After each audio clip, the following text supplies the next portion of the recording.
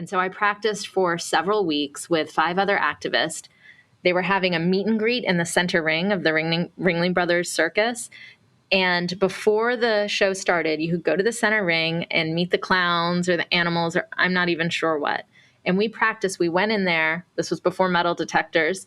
We had bike locks, U-locks around our neck, buttoned up under our clothes. And we practiced how to get to the center ring and lock ourselves together by the neck in the middle of the ring, so that we were stuck there, a little octopus of us locked by the neck in the center ring of the circus. And I'm lying there before the show starts. And from what I remember, each one of the activists was much older than me. They had been doing this for a while. But I'm sitting there and I start seeing the crowds pour in and they get to their seat. People are confused. They don't know what's happening here at the center ring.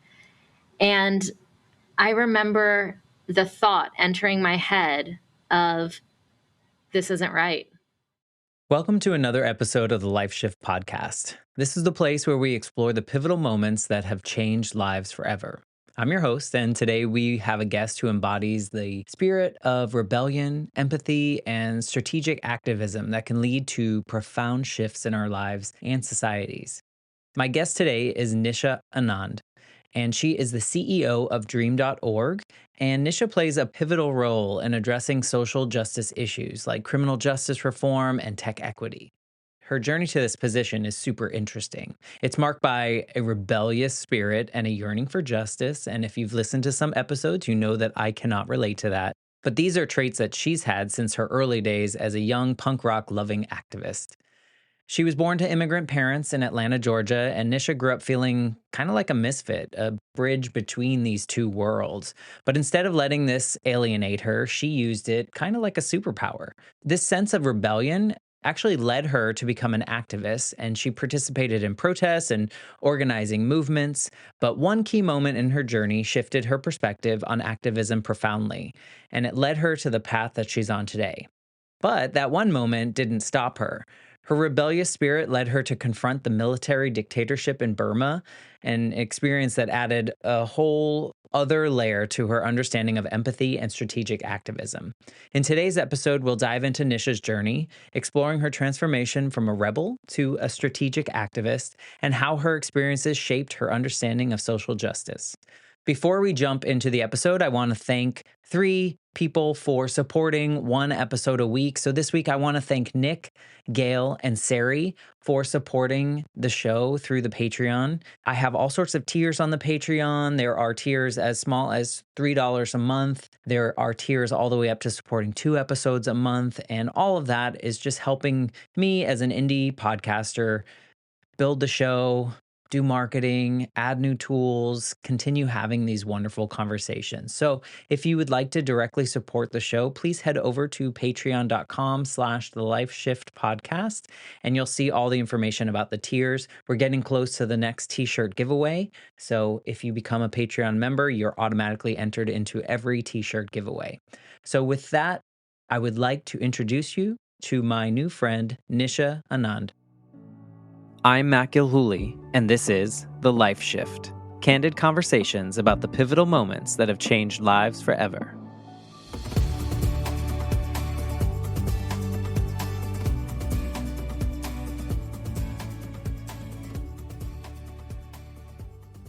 Hello, my friends. Welcome to The Life Shift podcast. I am here with a brand new connection, Nisha. Hey, Nisha. Hello. I'm glad to be here. Let's talk. Yeah, let's do it. So with the Life Shift podcast, I truly started this because when my mom died when I was a kid, I felt like I was the only kid that had a dead parent. And I was the only kid going through that. I think I knew logically that I wasn't, but it felt very isolating. And so my goal with all these episodes is that people like you come on and share your story, whatever that may be, whether that's tragedy, triumph, a little bit of both, whether that's, just some kind of internal fire. These stories, I hope that someone out there listening is having, something sparks in them or it resonates with them and makes them feel a little less alone in their experience. And it's like a amazing thing that I didn't know I was going to get from having a podcast. I think when you assume podcasts, you think you're just going to get on the microphone and talk. But I didn't realize that having conversations like this would be so healing for like that little 8-year-old in me. So Yeah. just thank you for being a part of this entire journey of mine. I couldn't have guessed it. And I think I needed to take the entire road that it took to get here, all 42 years of those to make it to this point and find it. So we were connected through a friend of mine, actually a former guest of the show, Michelle, and she told her story of she had a health issue that was sudden and totally unexpected and life-threatening at that, and all the things that she learned from it. And she was like, I have someone else for you that you should talk to. And so can you kind of paint the picture of what your life was like leading up to this moment? But before you do that, maybe tell us just who you are and kind of what you do, just to give us a little context, but not too much, not too many clues. So I'm Nisha Anand. I'm the CEO at dream.org, and we're a national social justice nonprofit working on criminal justice and climate and tech equity. And for me, growing up, I was always that person that cared about justice. So young Nisha was very active in the community. I think there were two parts of me growing up. There was Nisha, who was the immigrant, first generation of immigrants, child growing up in Atlanta, Georgia. So I grew up in the South, immigrant parents in the 80s. And my father really he came here for the American dream. And in a lot of ways, I like to say I was his American dream, this hope of a future that's better than its past. But because I grew up in Atlanta, which was very much black and white South, having immigrant parents, I grew up a total misfit. I felt like I didn't fit in anywhere. There was a lot of those questions. What are you? That was a really big one. And people wanted to know. It took me a while to realize they wanted to put me in a category. Are you black or are you white? Because that's what it was in Atlanta in the South. And so there was a bit of me never fitting in. And that misfit piece has always been with me. And I think as a misfit, you could either go with, I don't fit in anywhere, therefore I'm withdrawing. Or you could do what I did, which embraced it and said, actually, I can fit in everywhere. Being a misfit is my superpower. Being that bridge between the old world in India and the new world, being a literal translator sometimes for my family, I was that bridge between two worlds. So I grew up with both feeling outside and feeling a part of everything. So certainly there's always been this bit of me being really into this idea of being able to bridge a lot of different worlds and a lot of different divides. But I also knew that my expectation growing up was to grow up to marry well. It's very much a very strong Indian value. Marry well, in your class, above your class. We're here in America. You're supposed to be successful. But for me, success would be marrying well. My brother, definitely, he was the one pushed to be the high achiever, career-oriented one. But I was always a little bit of a rebel. So this moment was rebel. I was such a rebel. I was any cause you could think of, I tied myself to. One of my first organizing experiences, I got all the girls at my Catholic school to stop shaving their legs because some boy complained that I didn't shave my legs because I was a young feminist.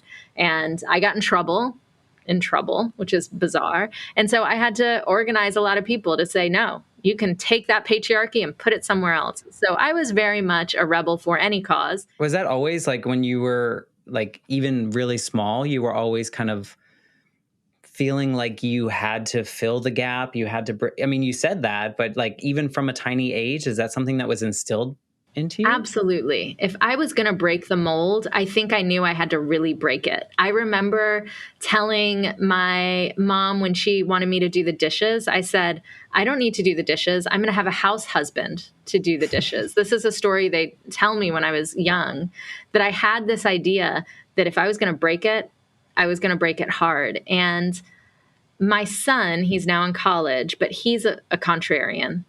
And so I see it in him a little bit, this need to question and push and not take an answer, no matter how much it fits our lifestyle. My son could always push and say, but wait, let me question that. That's good. So I think it was always with me. And I knew if I was not going to be this perfect Indian daughter, I was going to have to really make a claim and be something else. So I was a young punk rock kid.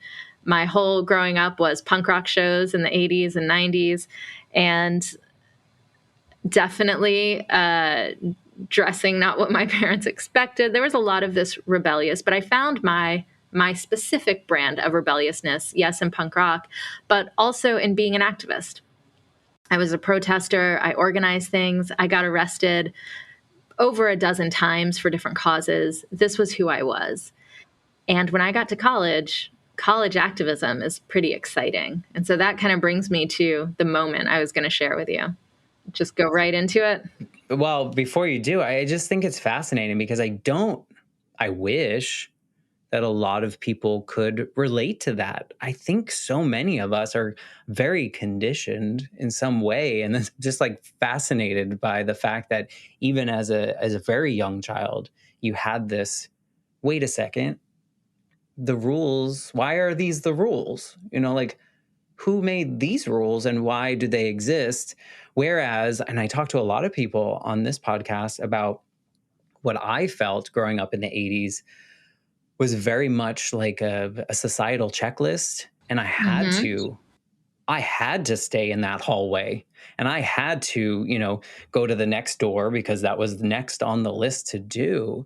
And so like my brain right now is like, I can't imagine what my life would have been like had I pushed even just once, like the limit at all. So I mean, it's so fascinating. And it's like kudos to you or your parents or whatever instilled that in you. I don't, or the opposite of your parents. Or do you know if there was anyone in your life that kind of you saw that you were kind of emulating?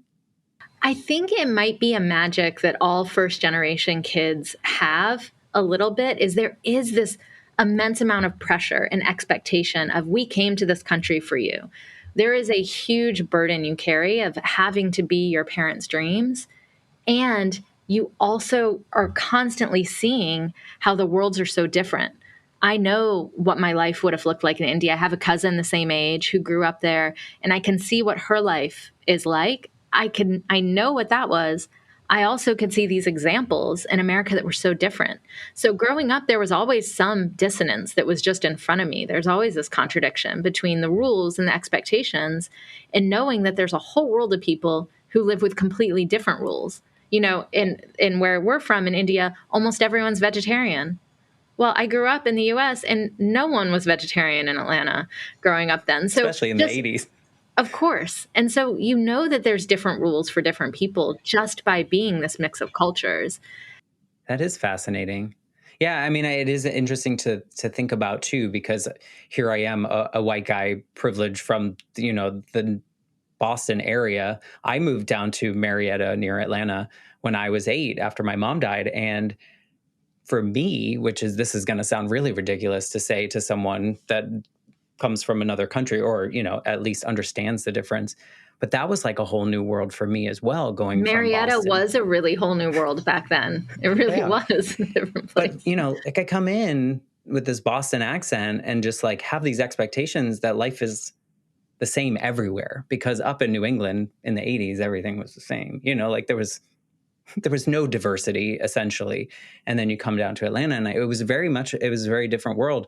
But also I think that, and probably a victim of my circumstance, but that part scared me in the sense that like, oh, I have to stay in line because everything is so different. But it's also probably because, my mom had just died and there was that complication in it. So it's really interesting to hear you say that though, because you understand the quote unquote old world or the world that your family came from. There is a set standard and the world is your oyster here in the United States and you have these options. So it's really, I love it. I wish everyone had that mentality and ability. Well, they have the ability, but the mentality to do that. And I shouldn't say it's all that. I still have very much a daddy's girl and want to make him happy and proud. That is still a big piece of me too. That didn't die either. But I think that's a gift. I think it's a real gift to know that all of us contain multitudes. We're not one thing or the other. Did you feel like you had to convince your parents like this could still be okay if I go this route as well? Or was it all just like wait and see? Well, my father loves to debate. He loves to talk politics, and that's also very cultural. I grew up with after a meal with a lot of people, big Indian dinner, all of the men would sit around and talk politics and argue all night. So we have very argumentative culture. And so I was captain of the debate team as well in high school. Debate was a big piece of my life. So being able to get in these arguments with my dad and show him that I thought differently, that was always exciting for him. I remember his line, like, one day, Nish, you'll also want to join a country club and be just like me, right? Like, there was definitely this idea that one day I'd come to my senses. He used to say things like, I used to be a socialist too. And then I grew up and I was just like, one, he doesn't get me. And two, I don't think I'm going to ever join a country club. And I can tell you now, 47 years on this earth, I have not joined a country club yet. There's still a chance. But there's still a chance. My daughter would like that. She's definitely the fancier of our children. But no, I have never been drawn to joining a country club. So there was a bit of, my dad did accept. I mean, he came to America fully wanting that American experience. He grabbed onto the assimilation for sure. He was very proud to do that. And so part of it was him learning to embrace whatever was going to happen with me. Yeah. And you were like, well, guess what? I'm going to do this and then get arrested. How did that? Yeah, that definitely he wasn't prepared for. He was not prepared for when I was arrested inside the military dictatorship of Burma and Myanmar in 98, when it made headline news and the news trucks were camped outside of his house. This was 1998, so I have a lot of it on VHS tape still, and I could see his reaction. So I actually have video evidence of how he took my departure from the norm with tears in his eyes saying, please just bring my baby home. It was heartbreaking. So he did have to learn kind of the hard way that there was no coming back. And did I jump the gun? Was that your moment or? No, it actually comes after the moment, believe it or not, but we can jump right into that too. Yeah, totally. For sure. Because that seems like it would be a moment for a lot of people as well.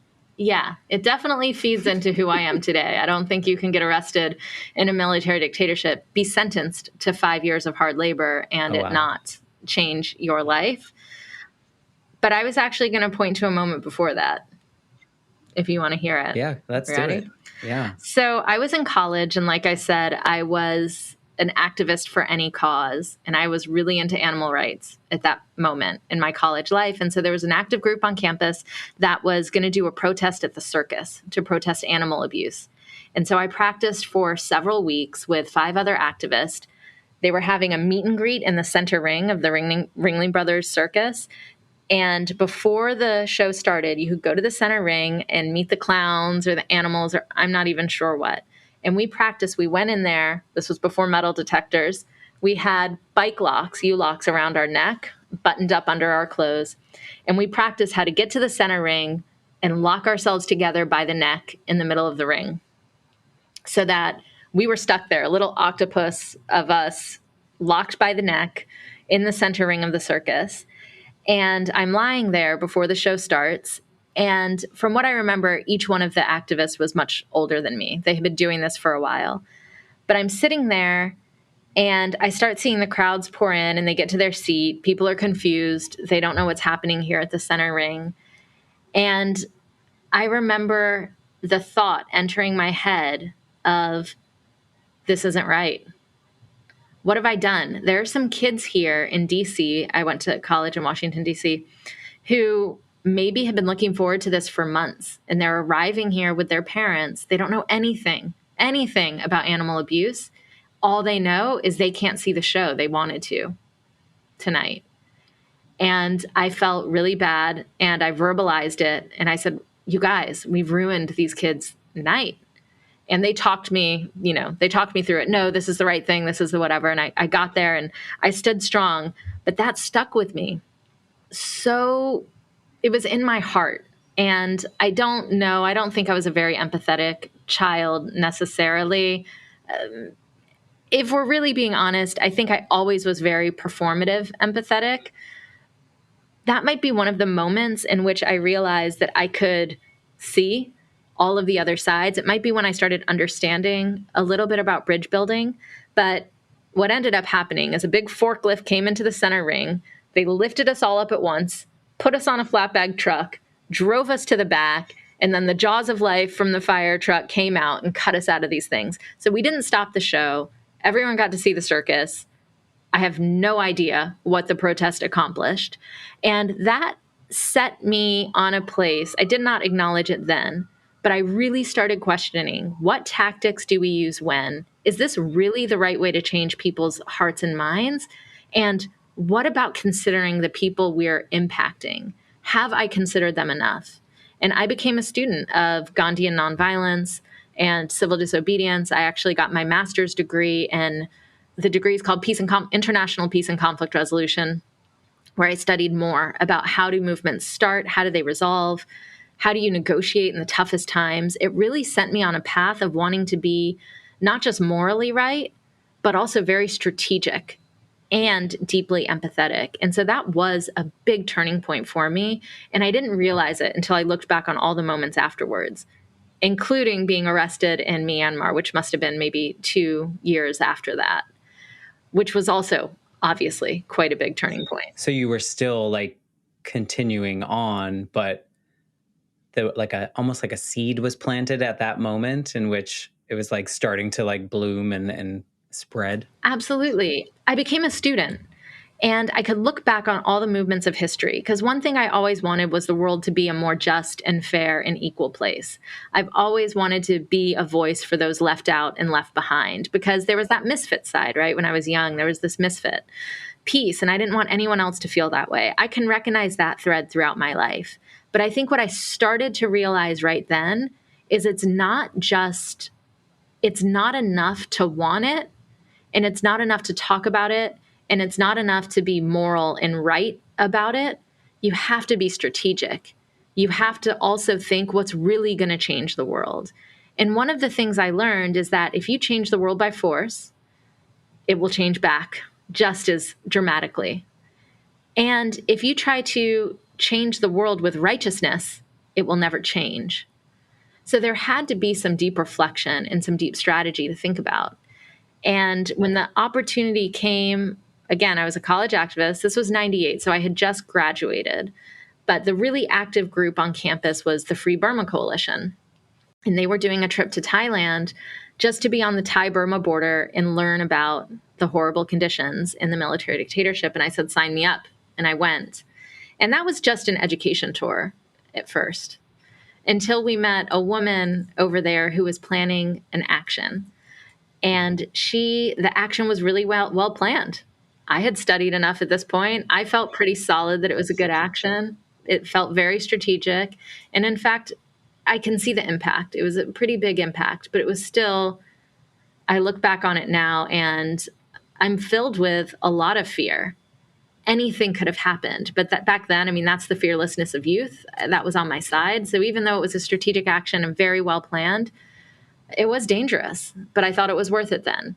And it was 1998, so it was 10 years after 88, which was when there was a large massacre on 8/8/88, August 8th of 1988. The Burmese students rose up for democracy and democratic rights. It was after an election that got put down by the military junta, and the military ended up killing about 10,000 people on 8/8/88. And if you weren't killed, you fled to the border areas, went in exile, or you were imprisoned. And so to mark the 10-year anniversary, this woman, Debbie Stothard, in Thailand, gathered 18 activists from all around the world: Indonesia, Thailand, Australia, a few other countries, and the US. And we all went in to hand out small leaflets on the anniversary. And it was a business card size leaflet that said, "We are your friends from around the world. We support your hopes for human rights and democracy." That's all it said. But to have a leaflet like that inside a military dictatorship was highly illegal. So we had to sneak it in the soles of our shoes. We put it in the linings of our suitcases. We snuck it in and we handed it out. And we only handed it out for 5 minutes on that morning. And we were we were in groups of 3, get in the car, get to the airport, and get out of the country. And if we didn't arrive home, Debbie had all of the diplomats on speed dial. She had all of our parents on speed dial. She knew exactly who to call when. Well, none of us made it back. I thought maybe it was just the 3 of us that got arrested. But by the end of the week in jail, I knew all 18 of us had gotten arrested. So we became an international news story overnight. That's also why it was a well-planned action. And Burma has no allies. They're known as human rights abusers at that point. And so it wasn't a hard story to bring up to this horrible human rights. She did everything right. It did become, this was during the Clinton-Lewinsky scandal, which I know you remember. So there were a few times when even this American activist detained in Burma was above the fold, believe it or not, from those moments. And that actually did catapult my career. I ended up having to travel all around the world speaking at the Hague, UN, other places around the human rights abuses in Myanmar. That certainly catapulted my career. But I don't think I would have thought about the strategy of how do you really make change? How do you really move the world forward had it not been for that just small moment at the circus?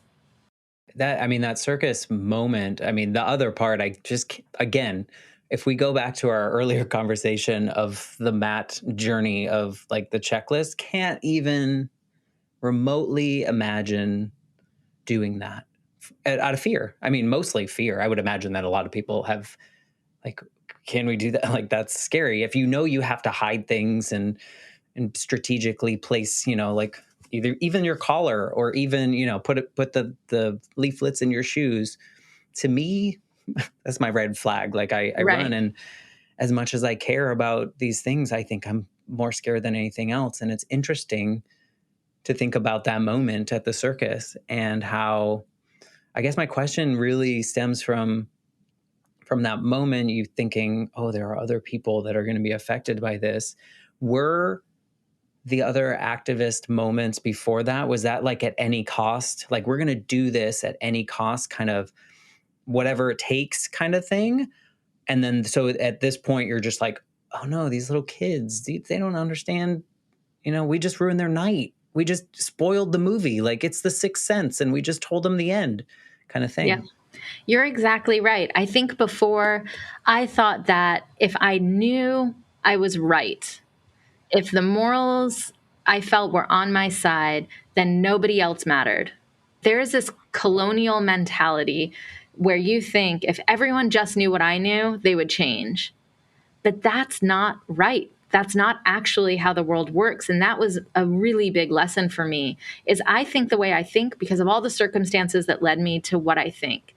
Other people can think, we can come to we can have the same goals, right? Like we want our families to be safe.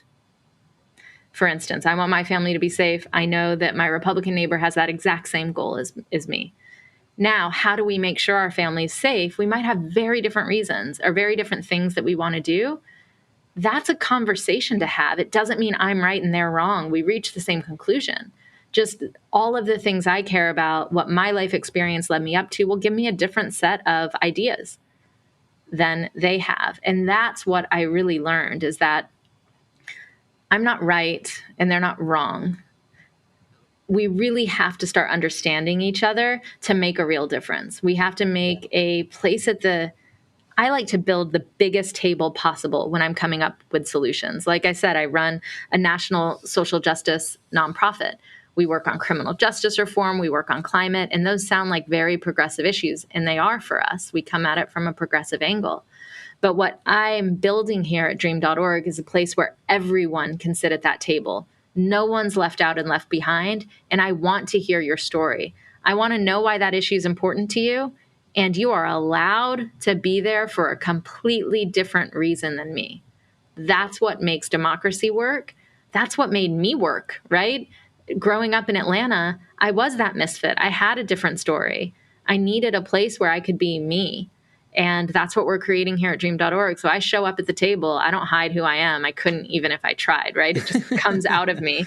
And I want everyone else to be able to do that too.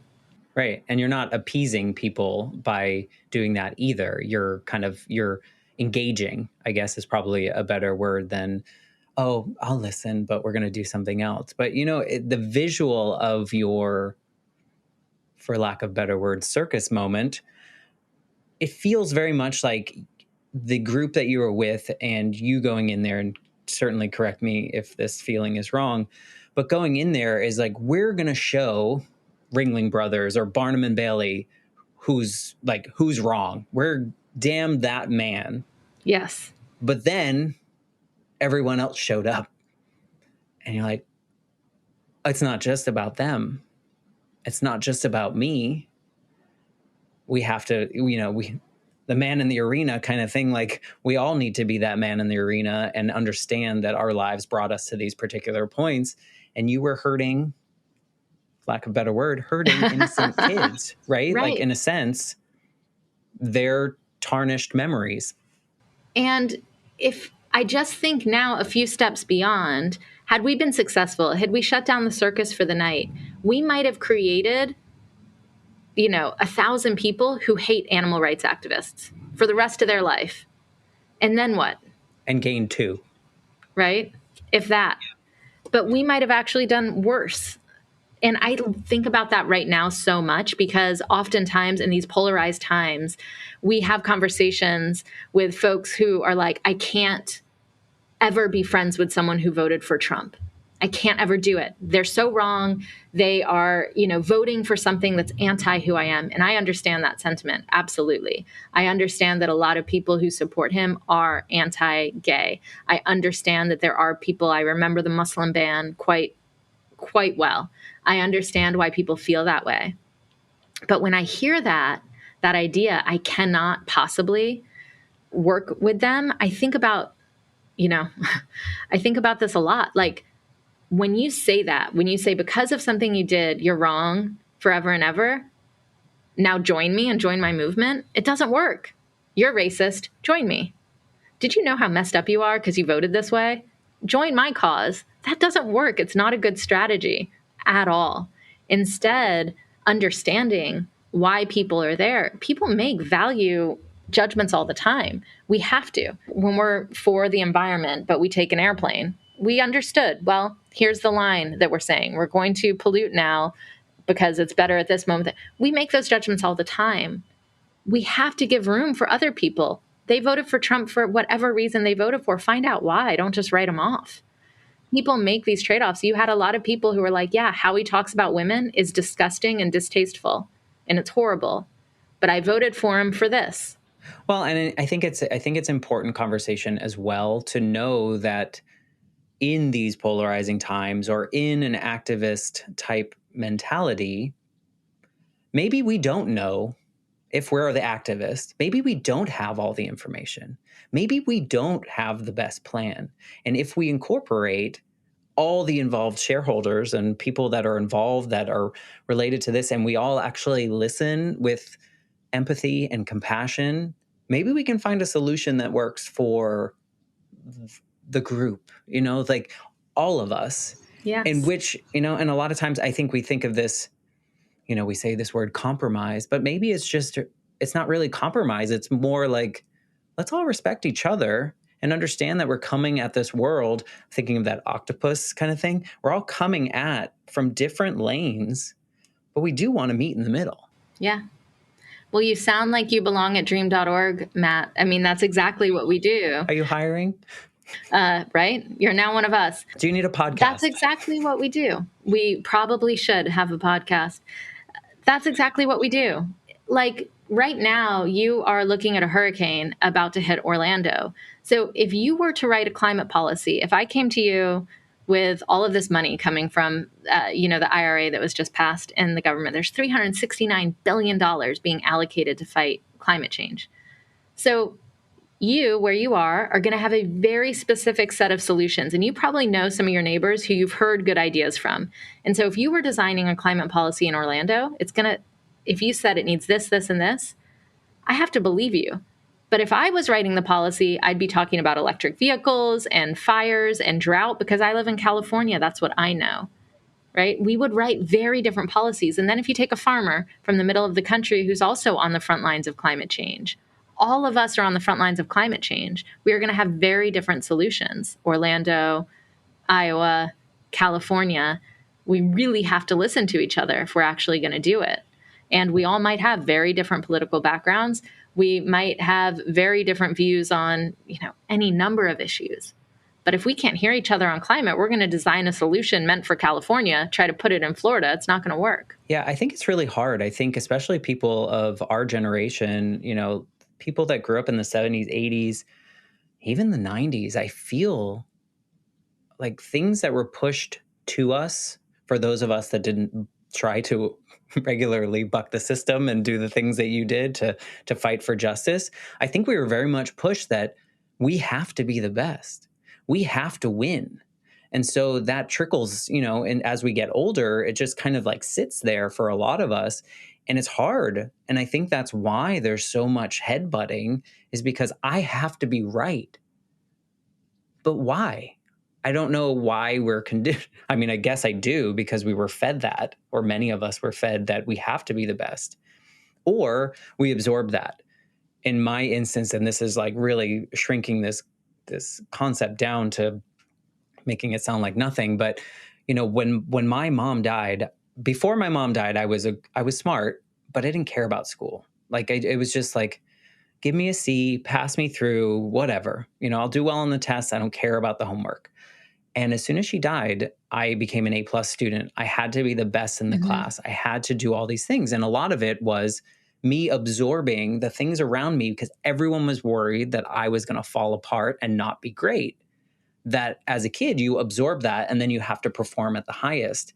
But when you do that over decades of time, because you're still operating on a tiny brain, like an 8-year-old brain, it becomes really harmful. It becomes the situations that you talk about with, like, you want to be safe and your neighbor wants to be safe, but your neighbor wants 400 assault rifles and you just want a security system on your door. Both of you can maybe think of some ideas that like would protect both of you that aren't so extreme, like whatever that may be, bars, window, whatever that is. Right. And so I think it's hard to, or maybe you have an idea of how you do this strategically with people that are very, very ingrained, because they've always been taught that they have to be right. And if they're wrong, it's a weakness. Yeah. How do you do, like, how do you bring a coal miner to the table when you're talking about climate change? Do you? Yeah, you have to. You absolutely have to. And we've actually been successful with that exact scenario. When you talk to somebody who is a coal miner and you ask, what's going on for you? What we learned, the campaign we got involved with, was they were really worried about their health benefits running out. The government was going to cut some of their pension in the future for folks who were losing their jobs because we are switching to a green economy. You can't switch to a clean green economy without thinking, what are we going to do for the people who've earned a living in the coal economy? You have to include them in the solution. And so us saying, we'll fight alongside you to secure your pensions and make sure those don't get cut, was a really important piece of the green puzzle. These are humans, and as much as I cared about animals in my early life, and as much as I think about the future world I want to create, for me, humans are the important piece of the puzzle, no matter where you are, who you come from, what you look like. Like I said, I don't want anyone to be left out and left behind. And if I take the words of those who've been traditionally marginalized and I place a greater importance on their voice and not the folks who are newly marginalized, I'm just recreating the same system. So for us at dream.org, we always want to have equity at the center of what we do. You can count on us. We get to a table with all of our Republican partners, and we have quite a few. They can count on us to bring our progressive voice. They can count on us to always have equity in the top of our mind. And they also can count on us to be radically inclusive, that we are going to include their voices even if they don't, because what they know is that equity is a blind, or what we try to point out is that equity is a blind spot for a lot of our Republican partners. It's not because they hate people of color for the most part. It's not because they are racist. That's actually not true. It's simply that it's not the first thing that comes to their mind when they're designing solutions. But it's always going to be the first thing that comes to my mind because of who I am. It doesn't mean I'm right about it. It's just what I see first. What I learned is that our Republican partners will think about things like individual rights. They'll think about somebody's personal path to success. And that's never the first thing I think of. It's important to me. I want everyone to have opportunity to success. But that's not necessarily the first thing I think of. That's my blind spot. So we can balance each other out. When you first realize it's not that they're right or wrong, we're coming to this table, we have different ideas because of our circumstances. Like what you were telling me, it's important to know that you growing up determined to be that straight A student so you could show everyone you were fine, that was critically important to your survival and getting by and getting to where you are. Everybody has that. And it's useful even into adulthood. And sometimes it's very not useful and detrimental. And all of us have that. We have to be able to allow each other to take those shields off and put them back on when it's useful. So I want that respect for me at the table. Nisha, tell me who you are. Tell me why you care about this from a racial justice angle. Great. Now let me tell you why I care about it from this angle. And I'll make that space first. I think anyone who really cares about ending polarization or anyone who wants to have a more productive conversation, you have to take it on first to hear other folks. Then they'll hear you back. And that's part of the beauty of humanity, if you will. Do you find that people that have been marginalized are more willing to work together, even if their ideas are polarizing with you? Or othered, or? That's a great question. That's a really great question. I think that we have across the board, left, right, and in between, very low interest in hearing each other. They're bridge builders everywhere. Most people, when you take a poll, will say they want to come together. They're sick of the polarization. They just think no one else is.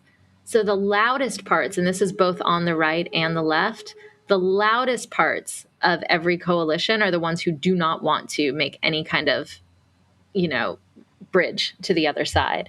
But I think that is the minority of people in the United States. I mean, poll after poll shows that. I think it's 80% in a poll that starts with us. I'll have to get the right information for you. I've never been asked to answer a poll. Right? Who are these pollsters? I know. And then whenever I get a call to be part of a poll, I'm like, this has to be a scam. Right? Like, who's calling me to be part of a poll?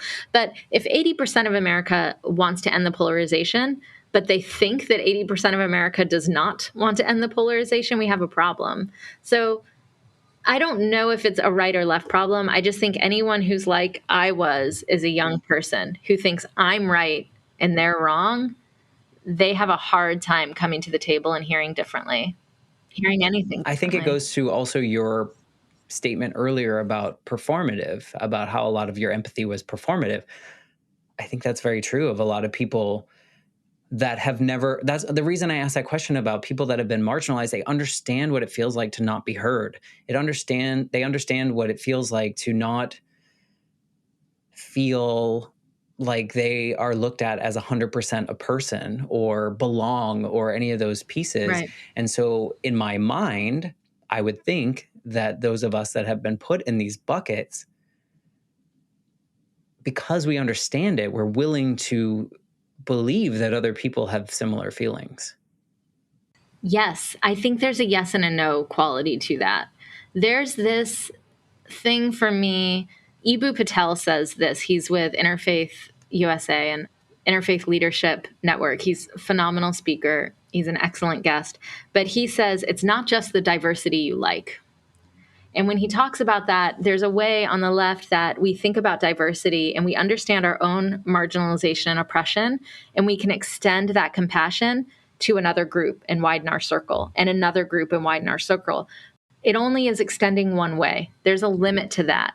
There's only this circle, and it leaves out this other circle of people. And one of the things, if you are committed to diversity, it can't just be the diversity you like.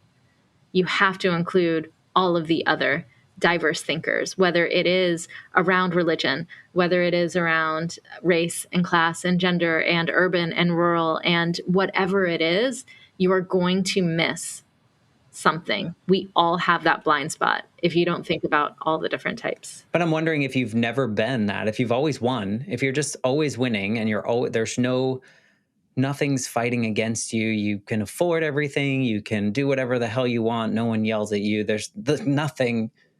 Why come to the table? Everything's going, I don't know that a lot of people have those. I think that's why there are such lines in certain places or people stuck in the sand. They just it doesn't affect me. So why would I help? But then on the side of people that have actually had to fight for certain things, whether that's just to feel like they belong or to just live where they're not paycheck to paycheck or whatever that may be, you're like, well, yes, let's compromise. Let's find a way where I can be a little bit Yeah. more like that person that doesn't even want to talk to me. And so that's kind of where that all came Yeah. from. Is just like, I think that's the hard part on both. It's not party related. I think there are just people that can't think outside themselves, maybe. Yeah, I hear that. Like the selfishness and the me and the individualism. I hear that. I think there are two things in what you said. I think one, yeah, there is a bit of pain that feels like, why am I always the one that has to give? Why am I always the one that has to meet halfway? Why does it have to be me and my community that come to the table? Why can't other folks move more towards me? I think that's really true. And it's hard and it's painful. And I often tell people when I'm trying to tell them everyone needs to help common ground. To me, being able to find common ground is the most important thing to saving our democracy. I will say it all the time. But you might not be specifically the person that needs to be seeking that common ground right now. We have been hurt, we are in pain, and sometimes it's not actually safe to put yourself in that place to find the common ground. So don't. It doesn't have to be the work for everybody, but there are places in your life you can find common ground. I think that's a big piece of it. And in that sense, I think you're totally right. Like, it does feel like some people are always having to give and build and grow. I still encourage them to do so because I think it is the right modeling and right work. But the other piece of that, and I think you hit on it at the end, the folks who've always won, what makes them want to come to the table. I think I've never met anyone who's always won. Everyone's got some type of story. Even the most successful, most privileged people will tell you about that hardship that got them there. That's why you have this Yeah. podcast, Yeah. right? Because there is, like, everyone has these crucible moments. And yes, there are some completely narcissistic, selfish people in the world, and they have an issue they need to work on. But I think for the most part, excellent people are everywhere. And we say this often. If we focus on the awful people, those super selfish narcissists, we're forgetting the awesome people. And the awesome people is the majority. I think the truly awful people, and they're everywhere, are such a minority. The awesome people is who we should look at. And that they're in every sector, they're in every company, they're in every, the awesome people are really spread out everywhere. We just kind of shut down. We're like, well, if you work at evil corporation, you can't possibly be awesome. It's like, no, actually they're everywhere too. Well, it goes to your point. If you voted for XYZ, then you can't possibly be awesome, right? But there we have a lot of layers. We are, complex human beings for the most part. Most of us are. I'm sure there are some out there that aren't quite so complex, but I Yeah. think I love what you guys are doing. I've had the pleasure so far of speaking with one of your employees and someone that works on your team or in your company, and the things that she was talking about and how her life experiences and the challenges and the things that she wouldn't wish on anyone, that even she hated. She wouldn't have wished that on anyone, but she had to experience that. How much those terrible experiences that happened to her and around her inform the amazing work that she's doing with your organization, and how fulfilling it is to understand that she went through all that and now can actually help affect change. So, I mean, Yeah. there's such value in what you guys are doing for the individual too. It's not just like this nationwide, global, like change the world kind of thing. You're also changing the people within your own organization and allowing them to feel validated. So that's like a whole other layer of things that you're putting out into the world that I want to commend you for. Thank you. There's this hope for everyone that works with us that the future can be better than the past. And in fact, for everyone who works here, that's true. Every day, our life stories, the future is better than the past. And we create the future. There's this determination that by the work that we do, we can create the future we want to see. And so that spirit of optimism and perseverance, it's here. We want to make sure not just the future of the country is better, but anyone coming home from prison, they come home better, not bitter, is something we say. So how do we make sure at every opportunity we're giving that chance, the best chance at the future we want to create, making sure that it's there? And it's why I can wake up every day and get excited about the work. Well, I mean, it was just, talking to Amanda and her experiences and talking about how when you come out of prison, all the doors that are slammed in your face, even if you've made good, if we want to call it that, Yeah. even if you've done everything that you were supposed to do and you have cleaned up, and everything's impossible to do.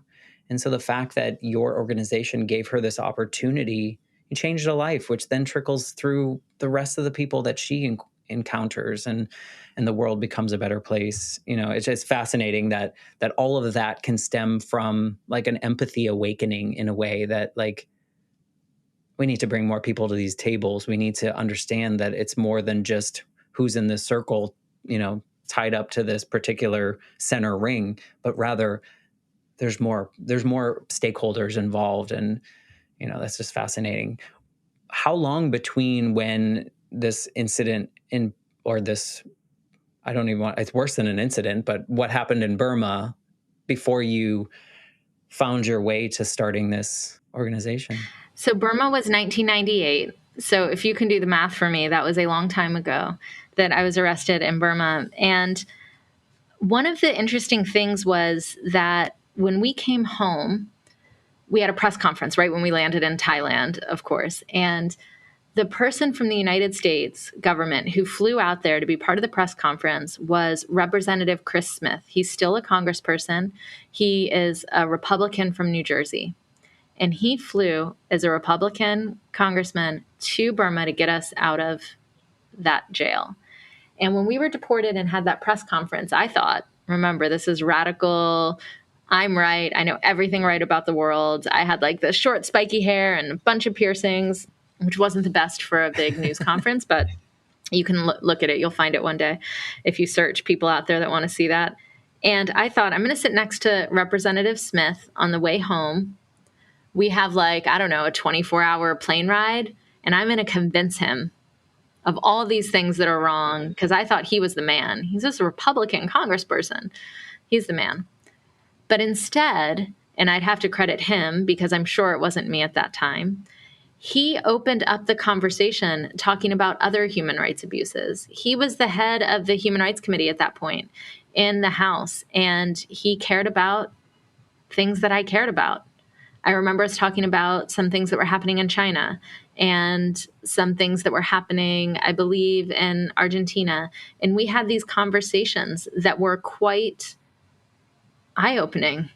I'm sitting next to this guy who I thought was all against me, and we have so much in common. So we actually never talked about the things in which we had different opinions. There wasn't enough time. So just on that, being able to find that and move forward from that is really important. And my job out of college, so I did international peace and conflict resolution. I thought I'd be this hostage negotiator is what I thought what my future was going to be. I'd work for the UN, but I got a job organizing for the War Resisters League, this 80-year-old peace organization. And I would travel around organizing all the local chapters on their protests against the military-industrial complex.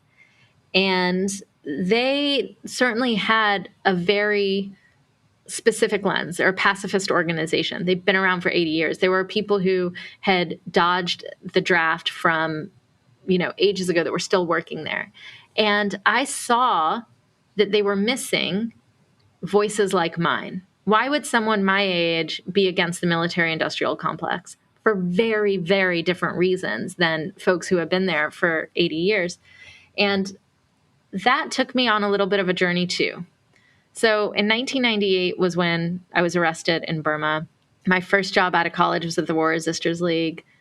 I had a few more jobs before I had kids, and I started working here in 2013. So that's quite a while. And the jobs I had after the War Resisters League was at the Rape Crisis Center out in the Bay Area, at the Ruckus Society, an activist organization. I was training people how to climb buildings and hang banners and all sorts of protest things. I carried on this trajectory of organizing and civil disobedience until my kids were young, and I wanted to get back into work. And I did some really deep thinking about what I wanted to do in the future, and I wanted to play a bigger game. I've always been that person who wanted to fight for justice. I've always been that person who wanted to think how to do it strategically. And so I said, I don't want to play small anymore. And so I wrote down a list of organizations and people who I thought were doing big work. And one of the names I wrote down was Van Jones. Because Van was just like me. We had been in activist spaces together. We had been working in the same thing for quite a while. But at that moment, he had already had a job in the White House. He was now on CNN. And in 2013, I thought, well, we have the same background. He's playing a big game. And literally, after I wrote his name on paper, a week later, a job description came across my desk to work at his organization. And so that was in 2013. We were called Rebuild the Dream then.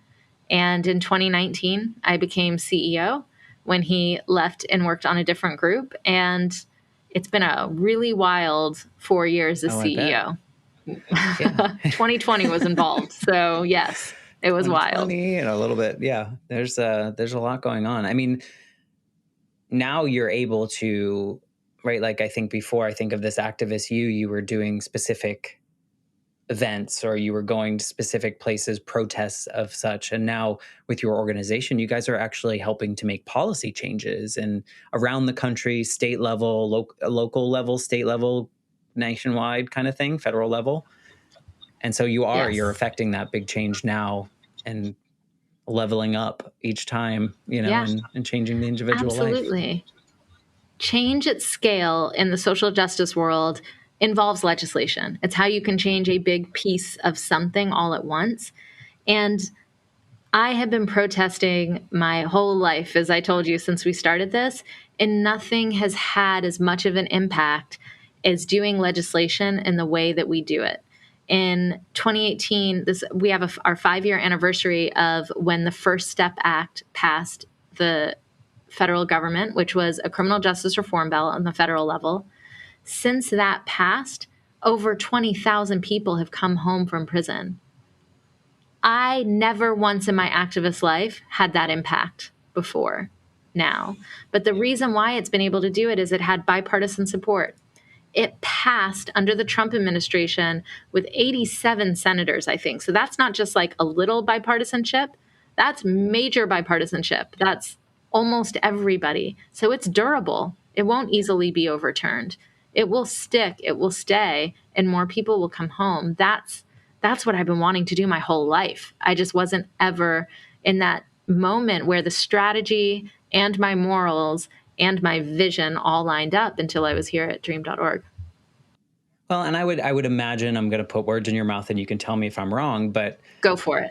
I would imagine that someone like you, all those experiences add up though. There were valuable experiences. There were things that you brought away from each of those experiences that probably make you better at what you're doing now, or most definitely make you better at what you're doing now.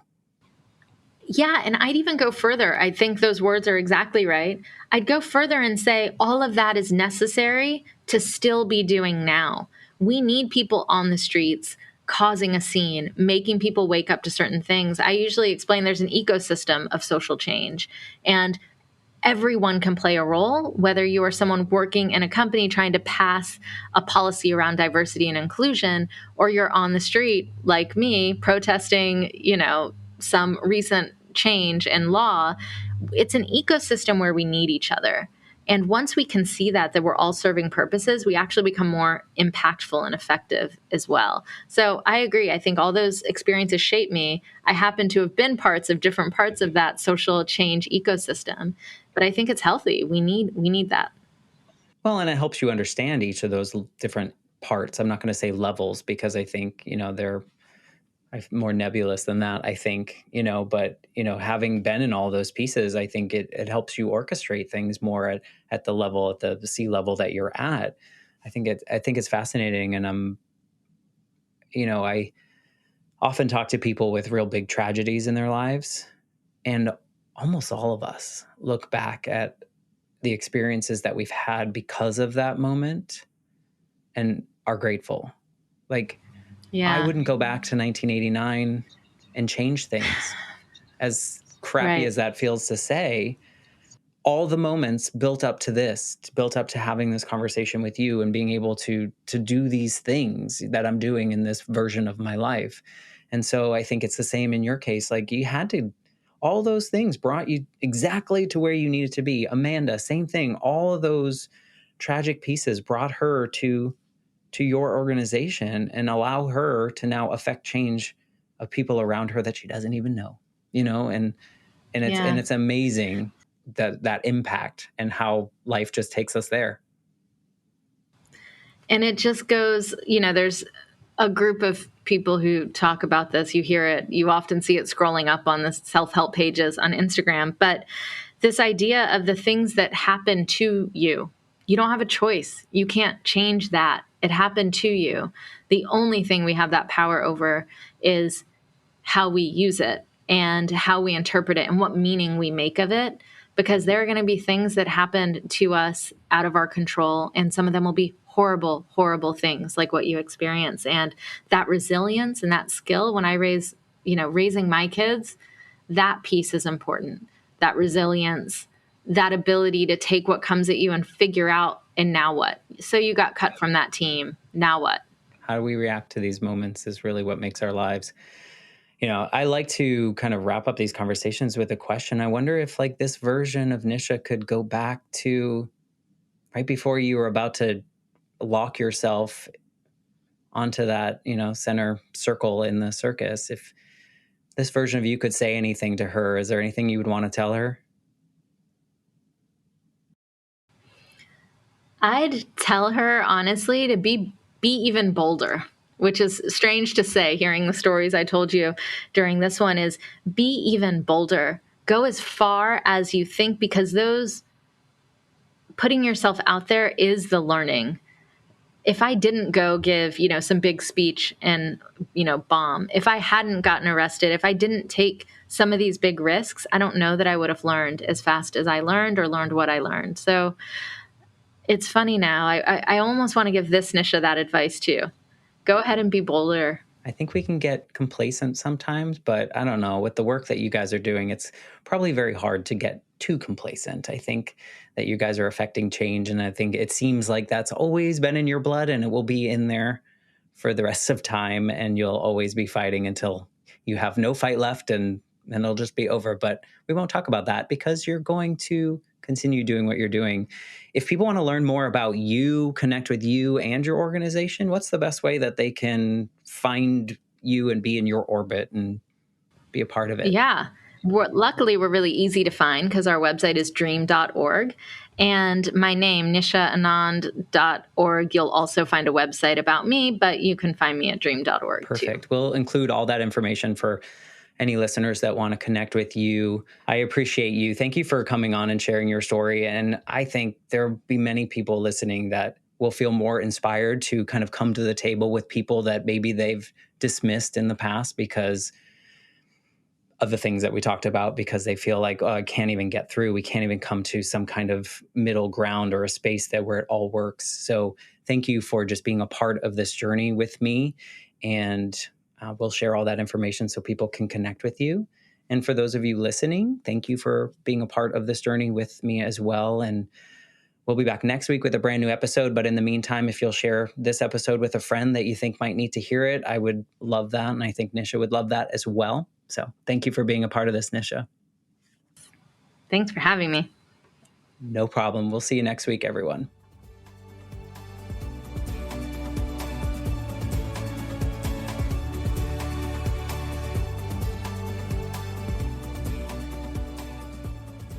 For more information, please visit www.thelifeshiftpodcast.com.